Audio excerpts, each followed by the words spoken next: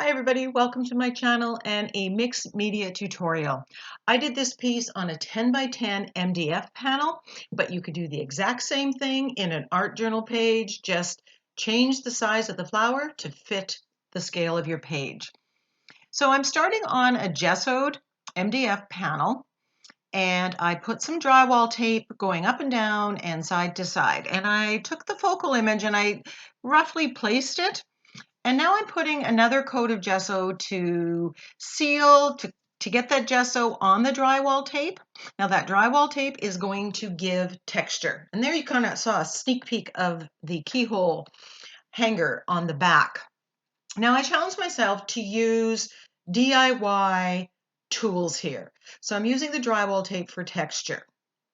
I'm using you saw me stamping with black acrylic paint with a shelf liner. This is a piece of a sink liner, and I'm putting heavy gesso. Actually, it's just regular gesso that has kind of gotten thicker. I'm putting it on liberally and pressing it, and you can see the wonderful texture that it is giving this piece. I wanted to see if I could create using homemade DIY cheaper products. And the answer is yes, and I absolutely love the piece. I love my stamps and stencils, don't get me wrong. I'm not parting with them anytime soon, but it's nice to know that we have options. So I'm just pressing it in, and it's just developing some great texture. In the end, while that texture is there, it takes more of a back seat. I would like to bring it forward, and so I'll be using the same technique with this heavier gesso or modeling paste with gesso in it and stamping like this and really bringing that out where it gets very much showcased. So once that was dry, and it took a little time because it was fairly thick, I'm using turquoise, yellow green, bright aqua, and Prussian blue, and I'm applying that with a baby wipe. I think I come back later and put them with my fingers. Now my goal here was to keep the lower part because I know I'm putting a flower on there. Here I know what my focal image is before I'm creating. So I wanted it lighter green and then darker at the top. It got very more one tone where all four quadrants ended up being very similar. I think if I was to do it again, I would have more variation, and I think that would have added to the piece. But don't get me wrong, I absolutely love it. And you can see the texture from the gesso on there because it takes paint differently than the other papers and the other things that are there. And I'm just tweaking it. I'm adding paint. I'm taking paint and I'm using a piece of saran wrap and stamping. And again, that's giving marks and texture. There's so many layers in this piece. And when you're up close and personal with it, you're just kind of mesmerized by all of it. So have fun with your homemade mark makers. Adding color, dark, I'm making some variations, and I'm just going just by my gut, really, following, do I like it? Is it good? Now I know that the cone flower, which is the focal image, I'm going to collage on this, and I'm going to be in the corals and pink tone. Here I'm wiping it with a cloth, trying to get some of the paint off. I think I spray it with rubbing alcohol to lift some of the acrylic paint, but I'm not really getting the effect that I'd want. So I think what I would do is I'd put the paint first and then put the stamp with the gesso. Wanted to bring out a little more contrast, so I grab out that shelf liner and I'm stamping with white. So now we've got the stamping with black, which is now pushed back, and I'm adding white. When you add white and black, you're adding contrast. You're adding interest to whatever color scheme you've got going on. So this is a cone flower, and I'm using this free printable as a basis for my focal image. So I'm outlining this with my Stabilo All Pencil. Stabilo All Pencil because it is water activated and I can erase it later if I choose to or if I make a mistake. So I want to know where this is because remember my plan is to collage on it. Now I do take this coneflower as the basis, and even after I have the final shots here, I actually ended up adding petals and changing it up. So again, use it as the guide.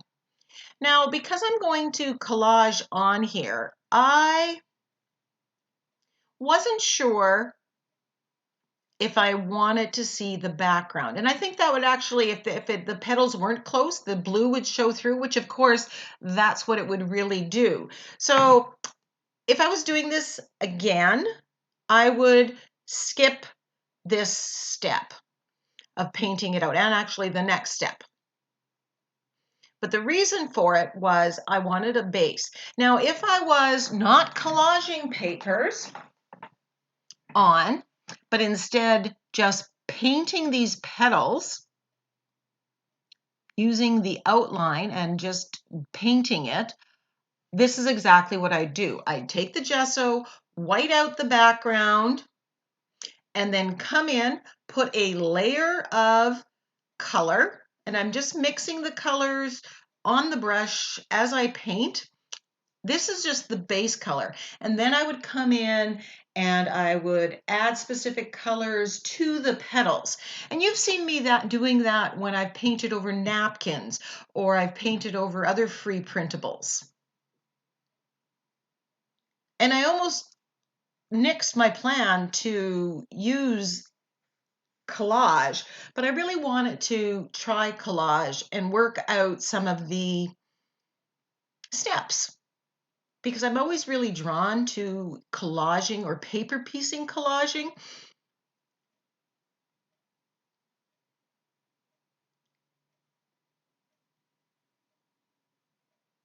Now, when you're doing the base coat, you don't necessarily need it to be all one color and one tone. It could be different. And you're going to make those differences when you add more layers. This is going to dry and you come in with more paint. And whenever I'm painting, I find I reach for angle brushes. I think they give me the most control.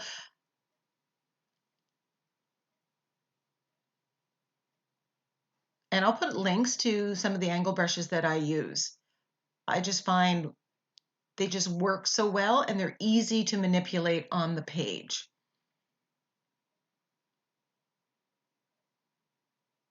But like I said, if you are just simply going to collage, you do not have to put the gesso down. You do not have to paint it out.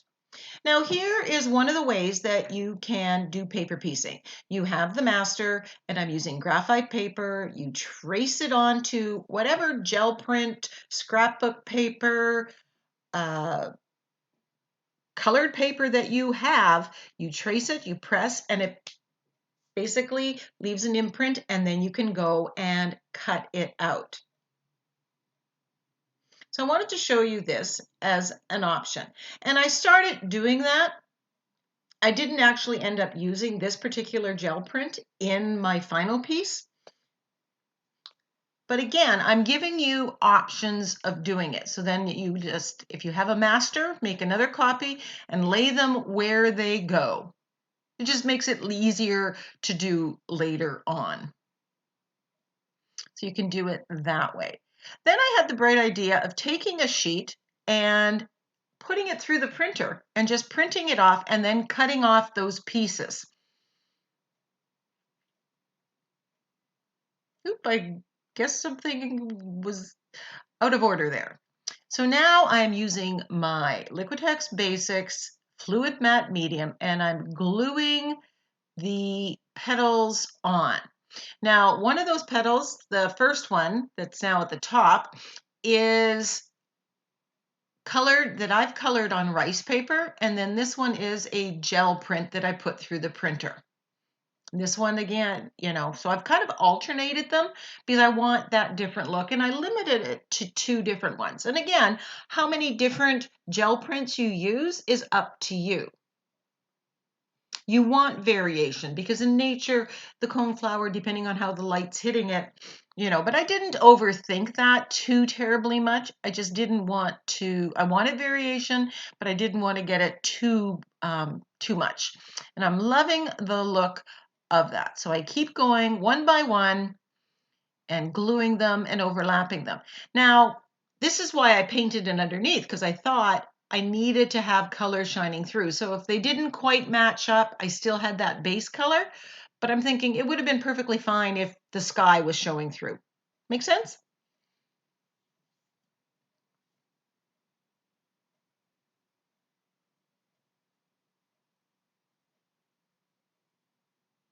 So cutting the pieces, whether you're tracing them or printing them off and cutting them or just cutting them, it does take a little bit of time and thought process. So this was quite, all told, I think this whole thing took over an hour and a half completion to end. And that's when I had a firm idea of what I wanted to do.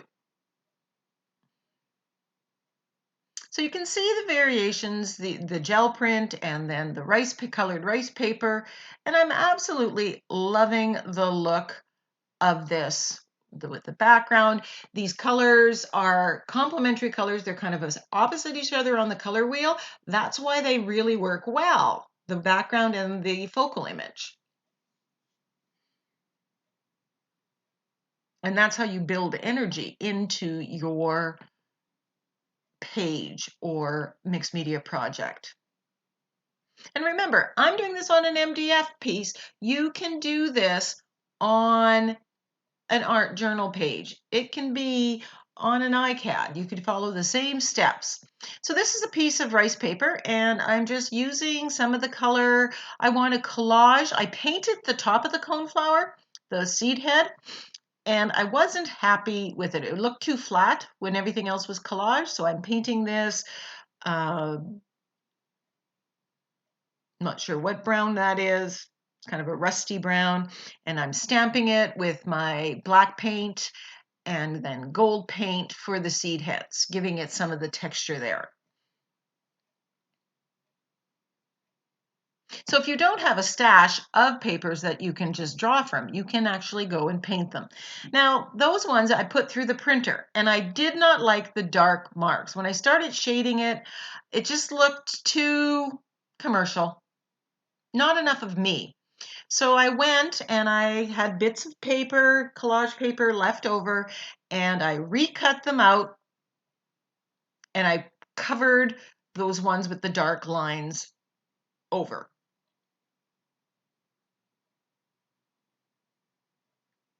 Now that made it a little higher. It added some texture to it because now we have 3 layers of paper on top of each other instead of 2.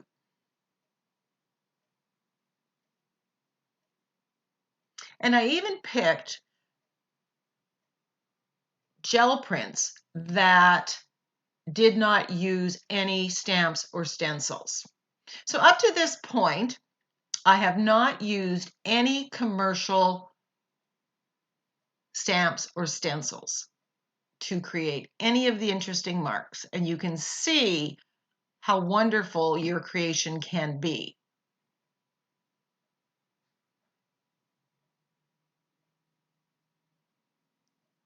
Now, you don't have to use somebody as a guide. You could look at a picture and cut out the petals yourself and layer them however you like it.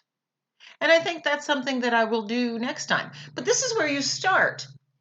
You use a coloring page or a free printable as the basis, and you learn shapes and sizes and layering. And then you slowly either paint it yourself and use that as the guide, or you cut it out yourself, and it becomes more and more your own. And there I blew it. Before I even thought about it, I grabbed my script stamp and I added some black script in there. It's not necessarily discernible as script stamp, but I'm going, no, don't do this. Edging it with black to frame And I do that repeatedly, and I get a little darker as the project evolves, as I know exactly how I want it to look, how much black I want.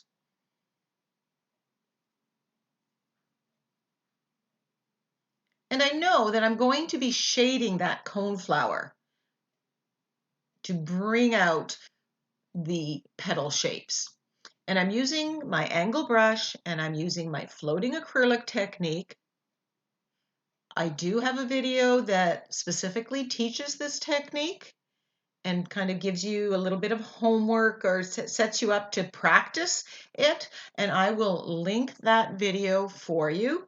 It's a great technique. And I'm going, underneath, and then I go on top of the paper. I do a combination, and I go with black right now to provide the shading, and then I do come in and add highlights with white later. You're going to see that as well. And I'm turning my MDF board as I go. I did not put all of that in. Now I want the middle parts, the line work.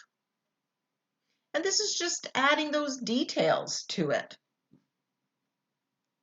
And you can look at stock photos. You can look at, you can take photos in your garden. I take tons of photos every time we go to Bouchard Gardens here in Victoria, BC. I have tons of floral patterns that I'm going to turn into my own free printables and patterns to use in my art. I love gardening. I love flowers. And to combine both of those loves just gives me complete joy.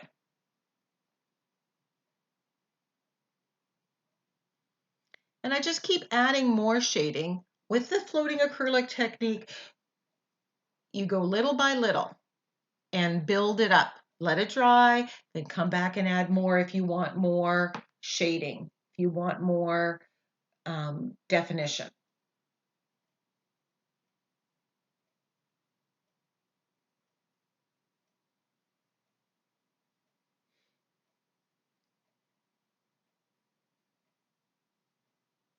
And I like the lines here. If you compare it to the one that I put through the Xerox machine, they were very stark. These lines are a little more painterly. And here I'm coming in with white and just adding less than the black, little highlights. And I have no formal training as an artist. I learn as I go.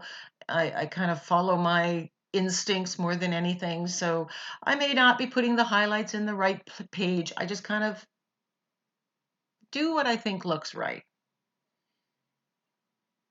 At some point in time, I will do a little bit of research on that and study it and, improve my skill, learn why I like what I like, just like I've learned some things in color theory by doing, and then going and saying, well, why does this page work? Now, in the background, I was missing some of that pink. So I grabbed this embroidery mesh and I'm putting black or the pink. I mixed the quinacridone magenta and gold, and I got a metallic coral, and I'm just stamping it into the four quadrants, into the background, just to introduce that picture. It adds texture, it adds pattern, it adds just one more layer of interest to your project. And it's another DIY, dollar store purchase. Now, I did go onto Amazon and I found some shelf liners and I found some sink liners and embroidery mesh, and I've linked to them. You can go and see what's there, get an idea, and then, either buy from Amazon through my links if you like, and thank you very much, or have an idea of what you're looking for when you go to the dollar store or your local market. Splattering with some black paint.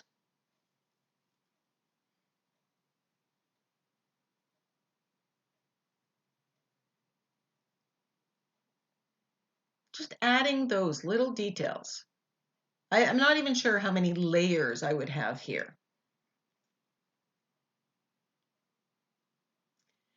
So after thinking about whether I wanted a sentiment or not and practicing, I came with the sentiment Simply Blessed. And I'm using my wooden block set. And I did find a set similar, not exactly, it's not identical, in Amazon, and you can go check out that link. So I'm stamping with my wooden blocks with black acrylic paint. I've just spread it thinly on my glass mat. I stamp first on paper to get the spacing and the placement correct. So I can try it without doing the whole thing. But as you see, if it doesn't go well, you can take a baby wipe and erase it very quickly. And that works because everything underneath it is permanent. It's all acrylic paint. So once it's dry and cured, it is not moving. But if that was watercolor underneath, I could not do that. That's why I love working with permanent products. Now there is a way of getting water-soluble watercolors, different things permanent. You can spray them with a workable fixative. But I prefer not to use that kind of stuff if I can avoid it. A lot of the chemicals bother me. And I'd rather spend my money on more art supplies than on something I can do in a different way. But that's my choice. But there are ways. And you can see the embroidery mesh, the lovely pattern that it got. Now I'm using the stylus and I'm just adding some texture with thick regular black acrylic paint, and I'm just making kind of the seed heads to the coneflower. There was lots of details. The background was quick and easy. The collaging was fairly quick, but there were lots of finishing on this one, and every step is worth it.